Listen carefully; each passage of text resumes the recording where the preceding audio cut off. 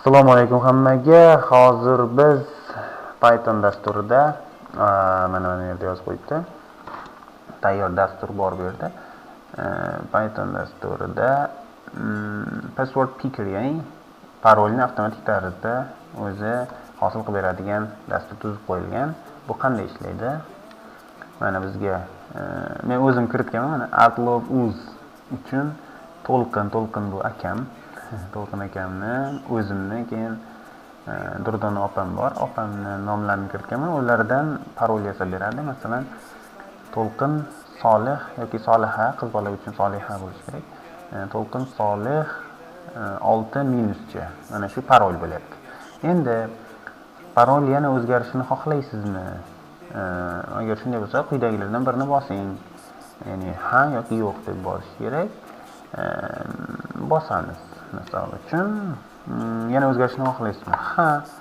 Ha'ni bo'lsa yana o'zgarib ketaveradi. Ya'ni mana opam, Durdona opam, Durdona chiroyli 8 va bu yog'i pastga backslash, ya'ni teskari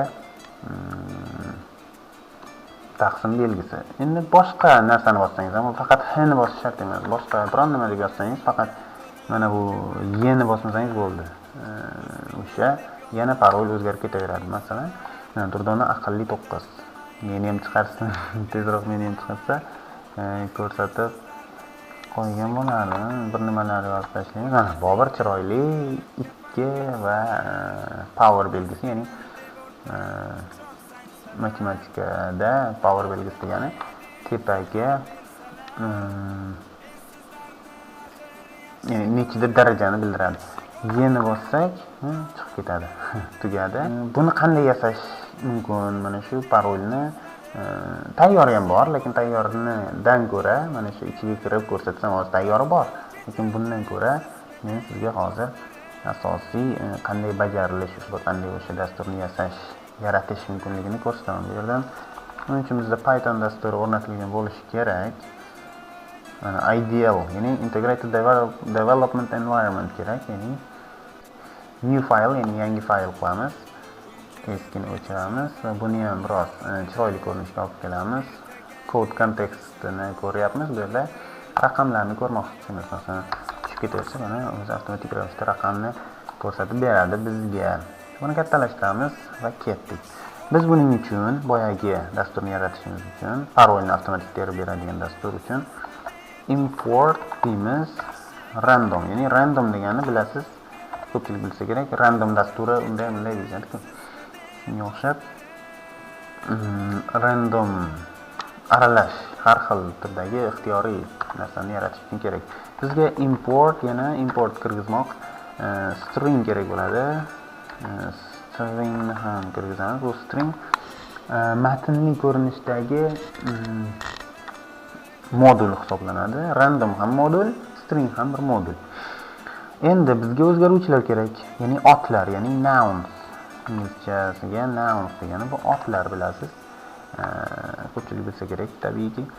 Endi bular albatta Bobur bo'lishi mumkin. Pastga tushib ketdim, uzr. Bobur bo'lishi mumkin. Va ko'ryapmizki, ularning hammasi string ko'rinishda, ya'ni ushbu qo'shtirnoq ichida olinishi kerak. Chunki ular matnli o'zgaruvchilar, matnli funksiyalar hisoblanadi. Bobur, endi opam Durdona ismini yaxshi ko'rishimning sababini balki bilarsiz, balki bilmassiz. O'zim ham uncha bilmayman. Men o'ylashimcha Durdona opamning ismi bo'lgani uchun juda yaxshi ko'raman. To'lqin, bu akamning ismi, albatta. To'lqin ismi ham juda yoqadi menga. Adjectives, ya'ni sifatlar. Masalan, qanday sifatlar bo'lishi mumkin? Endi 3 ta tepadagi mana bu nouns uchun 3 ta otni oldik, ya'ni To'lqin, Durdona va Bobur.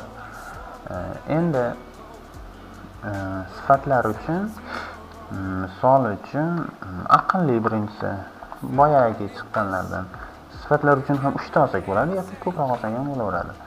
endi solih yoki soliha, solih yoki soliha bo'lishi mumkin. Va hozir u pastga tushib ketdi. Keyingisi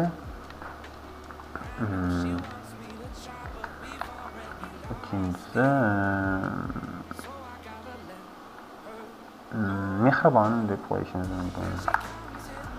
Mehribon.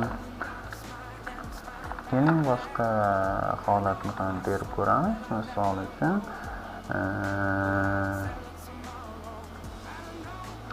samimiy.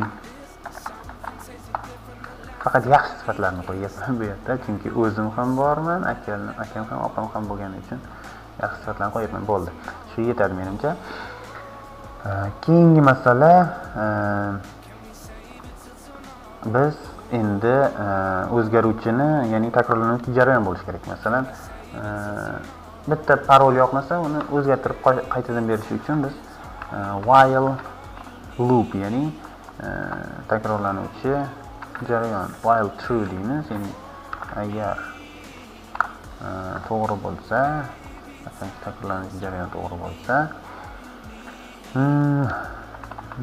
nounni endi biz olib olishimiz kerak. Ya'ni noun bu boshqa o'zgaruvchi, ya'ni o'sha bizga hosil qo'yiladigan parolning ichidagi bironta bir otni olishimiz kerak. Mana yo to'lqin, yo durdona, yo boldirni olishimiz kerak. Mana u nouns emas, nounni o'zi.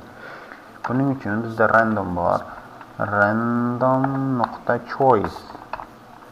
Ya'ni aralash, ular orasidan bittasini tanlash. Nounslar orasidan bittasini tanlash degan, choice degan tanlamoq. Choice bu tanlamoq, esdan chiqmasin. Va Pythonda ingliz tilini bilsangiz juda zo'r o'rganib ketaverasiz. Random.choice. Keyingisi qayerdan? Albatta nounsdan tanlaydi. Bu bo'ldi. Endi adjective deymiz. Adjective equal to, ya'ni equal to degan inglizchani aytyapman. Thing random.choice dot degan nuqta degani. Xudo xohlasa ingliz tilini ham birdaniga o'rganib ketamiz. Adjectives. S harfi qolib ketmasligi kerak. Endi bizga qo'shimcha nimalar kerak? Qo'shimcha belgilar yoki raqamlar kerak bo'lishi mumkin. Misol uchun raqamlar uchun number deymiz. Number thing random dot, bu choice bo'lmaydi, range bo'ladi. Range degani o'sha random moduli ichidagi qaysidir qismni, masalan 0 dan 5 gacha, 0 dan 1 gacha, 1 dan 2 gacha, 1 dan 1000 gacha bo'lishi mumkin. Ana shu range, oraliq. Range degan oraliq. O'sha oraliqni aytib bering degani. 0 dan, misol uchun 20 gacha bo'lsin mayli. Uncha ko'p katta son qo'ymaymiz. Va yana bitta xarakterlar, ya'ni belgilar kerak, punktuatsiya kerak bizga. Buning uchun boyagi stringni tepada bekorga olmadik. Endi mana shu modul kerak bo'ladi, string moduli. Buning uchun special characters, special qisqartma qilib yozamiz. Character degan o'zgaruvchi olamiz. Mana shuni o'zbekcha yozsangiz ham bu o'zgaruvchini o'zingiz yaxshi sezishingiz uchun, yaxshi bilishingiz uchun belgi deb olsangiz ham bo'ladi. Mayli, keling belgi deb olamiz buni. Bu o'zingizga havola. Qo'pol qilib, chiroyli qilib, kulgili qilib aytadigan bo'lsak, buni qovun deyishingiz mumkin, tarvuz deyishingiz mumkin. Ahmoq deb yozishingiz, bu o'zingizga havola, nima deb yozsangiz. Muhimi parolni, ya'ni kodni, parol emas, kodni tushuna olishingiz kerak. Nima, qanday o'zgaruvchi ekanligini. Belgini tinglaymiz. Random nuqta choice bu ham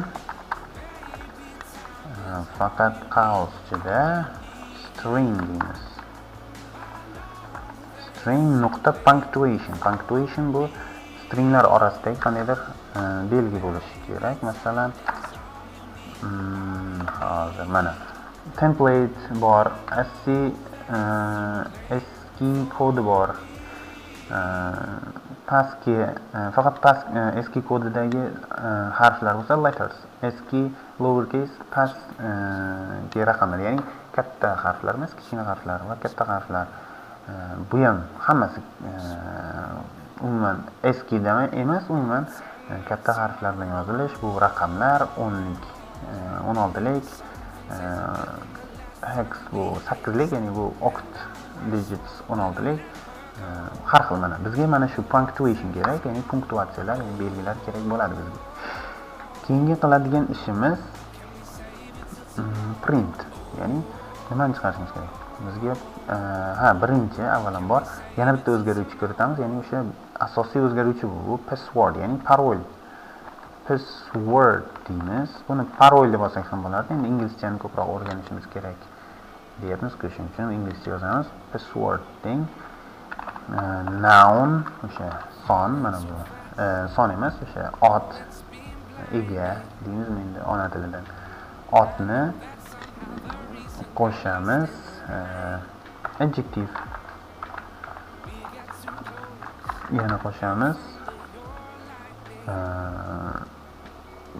Raqam qo'shamiz, ya'ni son, ya'ni number deb qo'yamiz, lekin e'tibor bering, numberning oldiga str qo'yamiz, ya'ni str degani bu string degani. Raqamni o'zini qo'sha olmaydi hech qachon. Raqam bilan matnli belgini qo'shib bo'lmaydi. Nima uchun? Masalan, 3 ga 5 ni qo'shsak 8, 3 ga durdonani qo'shsak nechiligini bilmaymiz, to'g'rimi? U dastur sezmay qoladi, bilmay qoladi nima bo'lish kerakligini, nima qilish kerakligini. Shuning uchun buni string ko'rinishga olib kelamiz. String ko'rinishga olib kelish uchun str deymizda qavschiga yozib olamiz. Va plus keyingisi nima qoldi? Belgi qoldi. Shunchaki belgi deb yozib qo'yamiz. Endi pastga print deymiz. Qavs yozamiz. Yana o'sha hozir bizning boshqa harfga o'tib ketdi. Boshqa tilga, ingliz tiliga o'tkazib oldik. Xo'p, printni ichida misol uchun buni xohlagan narsa yozishingiz mumkin. Mana bu qo'sh tirnoq ichida sizning kattaroq harf yozamiz. Sizning parolingiz quyidagicha. Keling mana shu yerga Telegramdagi kanalni ham nom yozib qo'yaylik. Art Load Uz. Bu shaxsiy Telegram kanalim. Bunga ham a'zo qo'yishingiz mumkin. Va bu yerda nima bo'ladi? Ya'ni buni o'sha yoqqa kirib ko'rishingiz mumkin. Juda ham o'zimga yoqadigan kanal. Mana shu kanalim orqali ko'p kanallar faoliyatini olib boradi aslida. Xo'p, quyidagi sizning parolingiz quyidagicha deb qo'yaylik. 2 nuqta upload uz uchun deylik, mayli. Uchun quyidagicha. Endi virgul qo'yib o'sha passwordni qo'yamiz. Ya'ni nimani chiqarsin degan ma'noda. Passwordni chiqaradi. Bo'ldi. Bu hali hammasi emas, lekin endigi navbat bor, yana bitta navbat. Response degan joy bor. Bizga bekorga while qo'ymadik. Response, ya'ni javob. Qandaydir savol bo'ladi, biz javob beramiz. Uning uchun input, ya'ni nimanidir kiritishimiz kerak biz. Dastur yakunida bir nima kiritadigan bo'lsak, mana shu input funksiyasidan foydalanamiz. Aynan mana shu input funksiyasi. Endi input funksiyasining ichiga ham nimadan foydalanishimiz kerakligini yozib olsak bo'ladi. Hozir yana til o'zgarib ketdi shekilli. Hozir xo'p, input misol uchun nimani kiritish kerak bizga? parolni o'zgarishini xohlasangiz, bu o'zingiz tushunadigan qilib yozsangiz ham bo'ladi. Inglizcha, fransuzcha, qaysi tilda, o'zbekcha farqi yo'q. Parolni o'zgarishini xohlasangiz,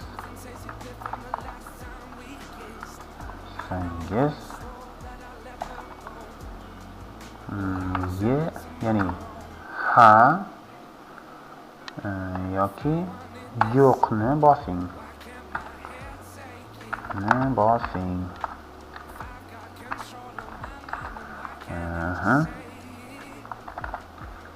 Quyidagicha belgicha qilib qo'yamiz, alohida ajratirish uchun. Va input bo'lganidan keyin ikki nuqta pastga bosamiz.